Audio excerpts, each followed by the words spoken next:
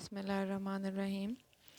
Next mechanics का हम chapter start कर रहे हैं, मोशन ऑफ द प्रोजेक्टाइल। उसके लिए कुछ बेसिक डेफिनेशंस के बारे में जानना बहुत ज़रूरी है, ठीक है, जो कि इसमें यूज़ होगी। और ये आप लोगों ने पहले भी पढ़ा हुआ होगा, अब हम इसको ज़रा थोड़ा सा डिटेल से पढ़ेंगे।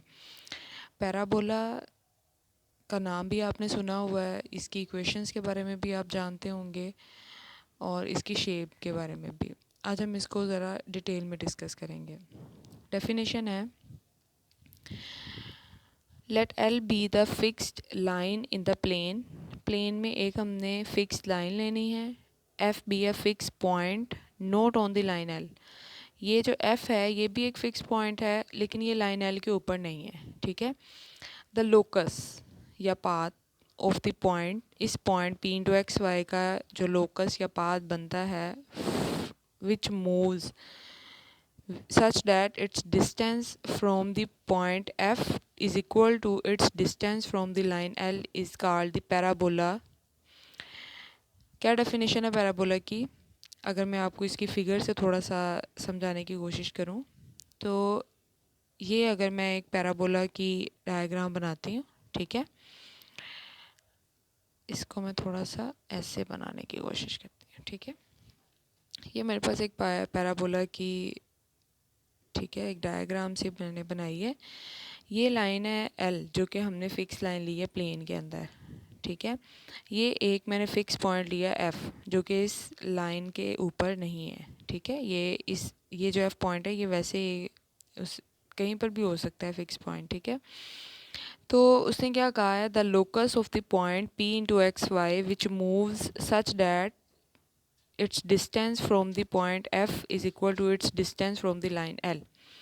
यानी कि जो पैराबोला है वो एक ऐसा पाथ है, ठीक है, जो कैसे बनता है, अगर हम एक पॉइंट जो कि पी इंटू एक्स वाई लें, उसका उस पॉइंट एफ से, जैसे कि मैं अगर इस पॉइंट पर ये पी पॉइंट ले लूँ, इसका एफ के साथ और इसी पॉइंट का एल के साथ डिस्टेंस सेम हो। अगर इसी तरह ही आपका P into x y move करता जाए और इस कंडीशन को साथ साथ फुलफ़िल करता जाए कि अगर मैं पी पॉइंट यहाँ ले रही हूँ तो इसका एफ़ के साथ और इसका एल के साथ डिस्टेंस सेम होना चाहिए।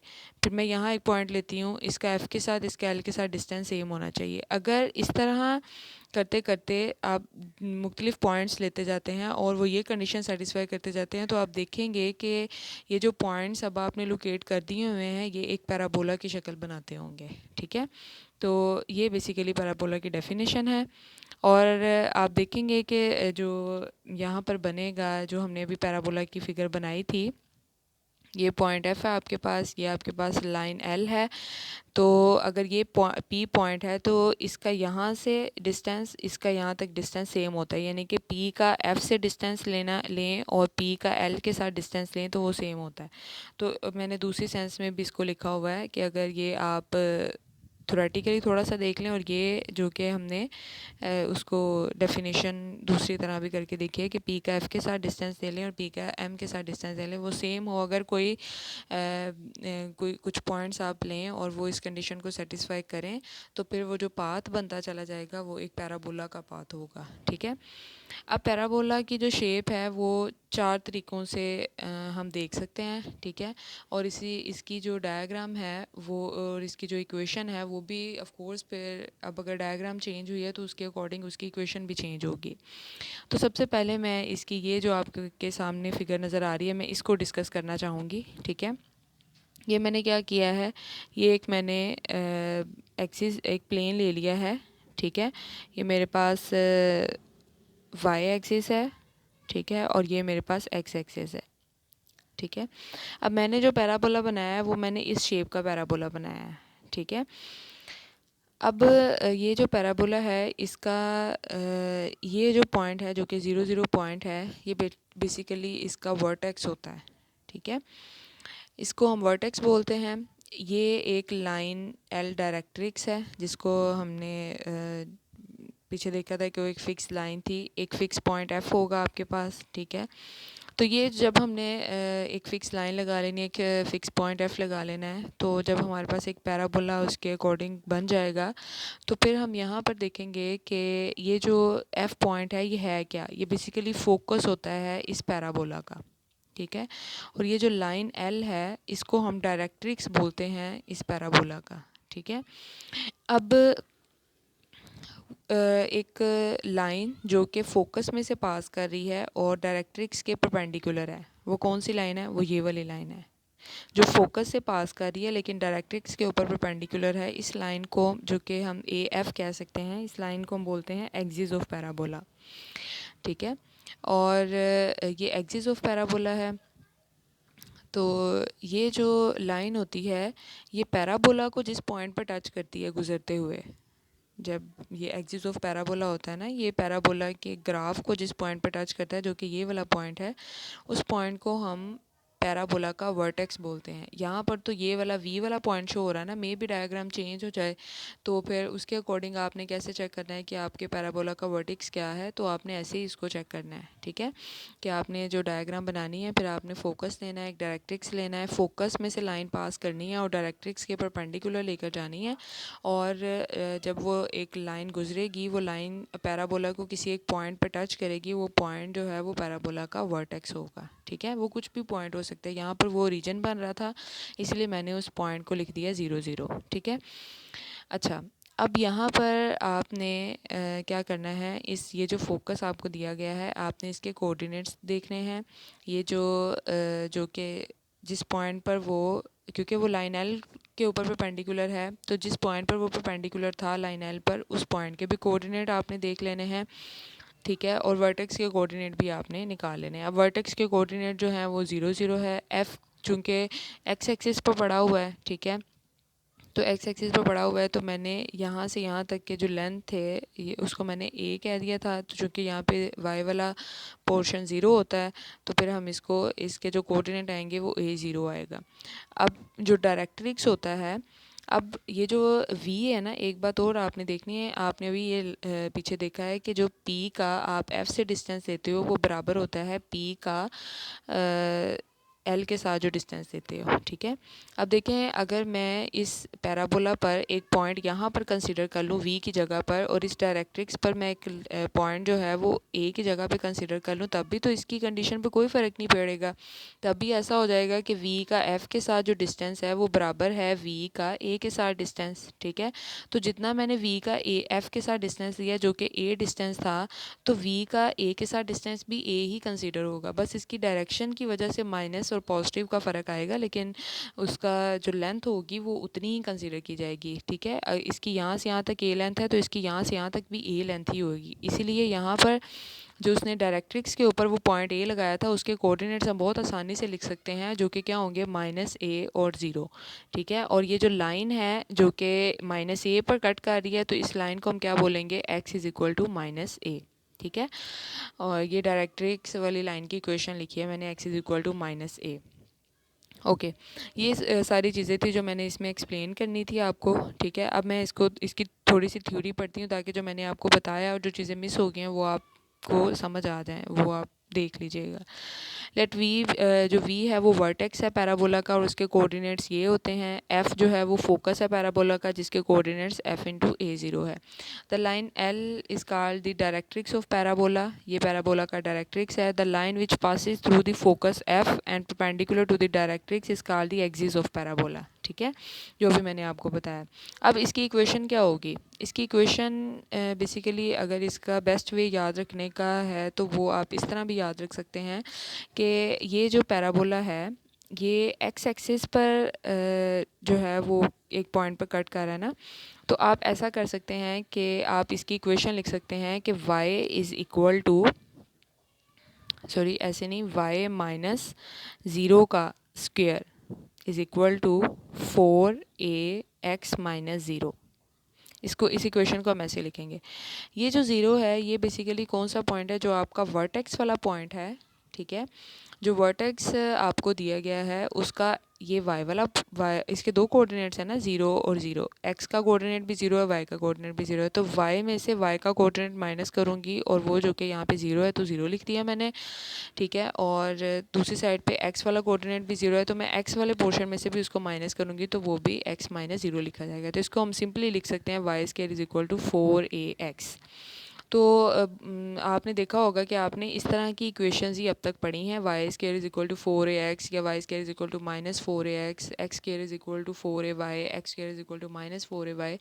तो बेसिकली वो उनका फॉर्मूला यही होता है जो मैंने ऊपर लिखा हुआ है। आपने जो वाई वाला कोऑर्डिनेट होता है उसको वर्टेक्स के वाई वाले कोऑर्डिनेट में से माइनस करके उसका स्क्वायर लेना है, इसी तरह एक्स को एक्स वाले कोऑर्डिनेट में से माइनस करना है। लेकिन डिपेंड करता है कि वर्टेक्स है क्या। अगर वर्टेक्स 0 0 है तो फिर आप डायरेक्ट ऐसे लिख लें, अगर वर्टेक्स 0 0 नहीं है तो फिर आपको इस रूल को फॉलो करना पड़ेगा, ठीक है। अच्छा, अब हम ये देखें, मैंने नीचे भी बताया हुआ है कि इसको हम इस तरह लिख सकते हैं। और हाँ, एक बहुत इंपॉर्टेंट बात, लेटेस्ट रेक्टम क्या होता है और लेंथ ऑफ लेटेस्ट रेक्टम क्या होती है। ये जो सी डी है ये बेसिकली लेटेस्ट रेक्टम होता है, ठीक है। अब ये सी डी कैसे निकालना है, ये हमारा जो फोकस है एफ, यहाँ से एक लाइन पास करेगी और पैराबोला को दोनों साइड पे टच करके गुजरेगी, ठीक है। तो ये जो सी और डी बनती है, अगर हम सी और डी की लेंथ निकालें तो इसको हम, ये हमेशा 4a ही होती है, ठीक है। और ये जो लेंथ होती है इसको हम बोलते हैं length of the latus rectum, ठीक है, लेंथ ऑफ लेटेस्ट रेक्टम। ये मैंने नीचे लिखा हुआ है, ये आप देख लीजिएगा, ठीक है। अब एक और डायग्राम मैंने बनाई है, लेकिन अब ये जो डायग्राम थी, पहले जो डायग्राम बनी थी वो थी इस साइड पर, ठीक है। अब मैं जो डायग्राम बना रही हूँ वो है ये वाली इस साइड पर, ठीक है। अब ऑफ कोर्स बाकी सारी चीज़ें तो वही हैं, वैसे ही हम लिखेंगे उसके, लेकिन अब डायरेक्ट्रिक्स क्या हो जाएगा, अब वो डायरेक्ट्रिक्स पैराबोला के उल्टी वाली साइड पे, यानी कि उसके ऑपोजिट साइड पे चला जाएगा। फोकस यहाँ पर ही रहेगा, ठीक है। उसका फोकस कहाँ पर था, उसका फोकस इसके आगे था, डायरेक्ट्रिक्स इस तरह पैराबोला के पीछे था। अब क्या होगा, अब भी ऐसे ही होगा। अब पैराबोला आपका ऐसे है तो फोकस अब भी इसके आगे रहेगा और डायरेक्ट्रिक्स इसके पीछे चला जाएगा। तो यहाँ पर जो इक्वेशन बनेगी, अब ये फिर अगेन एक्स एक्सिस को ही कट कर रहा है, तो फिर आप इसको इस तरह लिख सकते हैं y square is equal to 4ax। लेकिन ये अब एक्स एक्सिस के ऑपोजिट साइड पर है तो मैं इसलिए यहाँ पर माइनस का साइन यूज़ करूँगी। बाकी सेम एज इट इज़, बाकी सब चीज़ें वैसे ही हैं जैसे मैंने आपको पहले पैराबोला के लिए समझाई हैं। इसी तरह ये एक और डायग्राम है पैराबोला की। अब ये कैसे है, ये इस तरह ऊपर की तरफ है, ठीक है।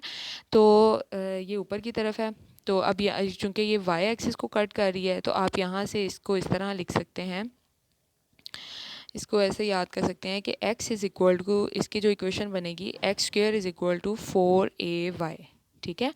अब देखें कि यहाँ पर आपको नज़र आ रहा है कि जो वर्टेक्स है, जो अब तक हमने पैराबोलास पढ़े हैं उनमें ओरिजिन है, इसीलिए मैं डायरेक्ट ही वो इक्वेशंस लिख रही हूँ, x square is equal to 4ay। अब इसी तरह जब हम एक और डायग्राम देखेंगे वो इसकी ऑपोजिट साइड पर होगी, उल्टी साइड पर होगी, ठीक है, वो नेगेटिव वाई एक्सिस वाली साइड पर है।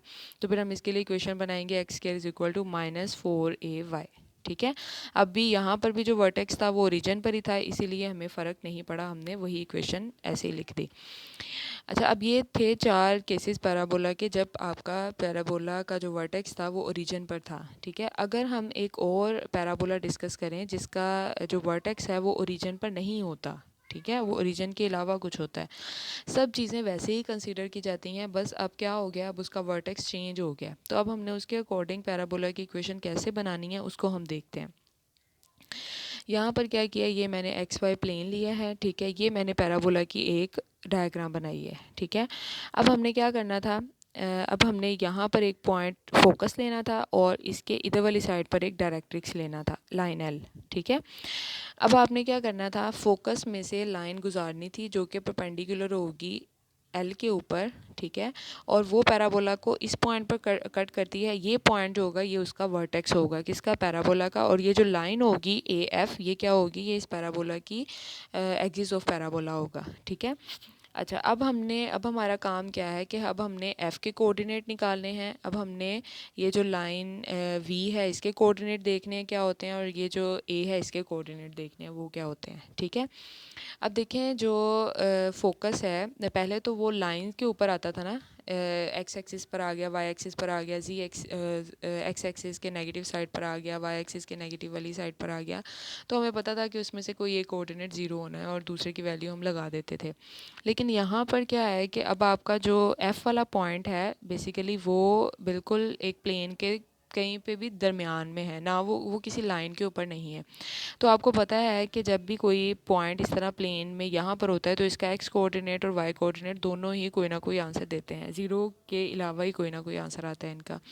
तो फिर हम लेट कर लेते हैं कि जो ए एक्स की जगह पर आएगा वो एच होगा और जो वाई की जगह पर आएगा वो के होगा। और वो कैसे लिया, वो उसने ये पॉइंट लिया, अगर वो ये पॉइंट ले रहा है इस तरह, सॉरी यहाँ पर वर्टेक्स की बात कर रहे हैं, ठीक है, ये पॉइंट है, तो क्या होगा इसकी, हम क्या करते होते हैं जब हम ये वाला पॉइंट लेते हैं तो हम क्या करते हैं, हम यहाँ से देखते हैं कि इतना पोर्शन एक्स होना है जिसको हम एज कह देते हैं, और यहाँ से यहाँ तक जो लेंथ होती है वो वाई की होती है जो कि हम जिसको के कह देते हैं। तो हम यहाँ लिखेंगे कैसे, एज के, ठीक है। इसी तरह मैंने यहाँ पर लिखा है कि ये जो मेरे पास वी वाला वर्टेक्स था इसका ओरिजिन से लेके यहाँ तक का जो डिस्टेंस था लॉन्ग एक्स एक्सिस वो एच मैंने कंसीडर किया, तो मैं इसके एक्स कोऑर्डिनेट की जगह पे एच लिखूँगी।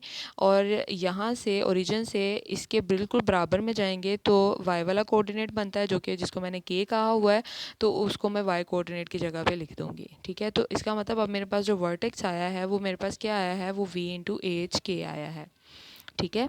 अगर आपने मैथमेटिक की सेंस में देखना है तो आप यहाँ पर क्या करो, आप यहाँ पर ग्राफ बनाओ टोटल, ठीक है। फिर आप उसके अकॉर्डिंग यहाँ पर फॉर एग्जांपल यहाँ पे 2 3 बन रहा हो तो आप 2 3 लिख लो, फिर उसके अकॉर्डिंग आपको ये चेंज करना पड़ेगा और आपको दूसरा भी चेंज करना पड़ेगा फोकस। अब एक बात, ये जो वर्टेक्स ही बस इसमें चेंज होता है और उसके अकॉर्डिंग जो ए और एफ़ के कोऑर्डिनेट्स हैं वो बदल जाते हैं, लेकिन बाकी चीज़ें तो सेम रहती हैं ना, यानी कि उनके डायरेक्ट्रिक्स की डेफिनेशन भी वही रहती है, फोकस की डेफिनेशन भी वही रहती है, लेटेस्ट रेक्टम की डेफिनेशन भी वही रहती है, एक्सिस ऑफ पैराबोला की डेफिनेशन भी वही रहती है, डेफिनेशंस किसी की नहीं चेंज होती। इसी तरह अगर हमें याद हो तो हमने अभी पढ़ा है कि जो वी का, जो कि वर्टेक्स का हम फोकस से डिस्टेंस लेते हैं वो बराबर होता है वर्टेक्स का अगर हम ए के साथ डिस्टेंस लें, तो हम कह देते हैं कि वो हमने डिस्टेंस ए लिया हुआ है। तो यहाँ से अब यहाँ पर आपको डिस्टेंस थोड़ा सा कम लग रहा होगा ये वाला वी का ए के साथ, लेकिन ये बराबर ही लेना है, वो लाइन थोड़ी सी नीचे लग गई है। अब हम वी का जो एफ़ के साथ डिस्टेंस है वो भी ए है और वी का ए के साथ डिस्टेंस जो है वो भी ए है, ठीक है, ये आपने भूलना नहीं है। अब हमने एफ़ और ए के कोऑर्डिनेट्स देखने हैं, वो हम कैसे निकाल देंगे। जो एफ़ के कोऑर्डिनेट्स हैं उसमें भी क्या होगा, एक एक्स कोऑर्डिनेट होगा और एक वाई कोऑर्डिनेट होगा, तो हम एक्स की जगह पर एक्स की वैल्यू लगाएंगे, वाई की जगह पर वाई की वैल्यू लगाएंगे। अब देखें एफ़ पॉइंट है, ठीक है, इसका एक्स वाला पोर्शन कहाँ से लेके कहाँ तक है, अगर हम ओरिजिन से चेक करें तो ये पॉइंट एक्स एक्सिस के अकॉर्डिंग तो बिल्कुल एग्जैक्ट जगह पर है, लेकिन इसकी लेंथ जो है ना वो ये है, यानी कि के तो ये पूरा है ना, लेकिन ये इतनी लेंथ है उसकी, ये वाली इतनी लेंथ है। लेकिन फिर हम यहाँ से इसकी ये वाली के वाली लेंथ कैसे निकाल सकते हैं, क्योंकि ये पूरा के है, ठीक है। इस पूरे के में से अगर मैं ए लेंथ माइनस कर दूँ तो मेरे पास ये वाली साइड आ जाएगी, ठीक है। तो हम क्या करते हैं, फिर हम यहाँ पर लिख देंगे जो उसका वाई वाला कोऑर्डिनेट होगा वो क्या होगा, के माइनस ए।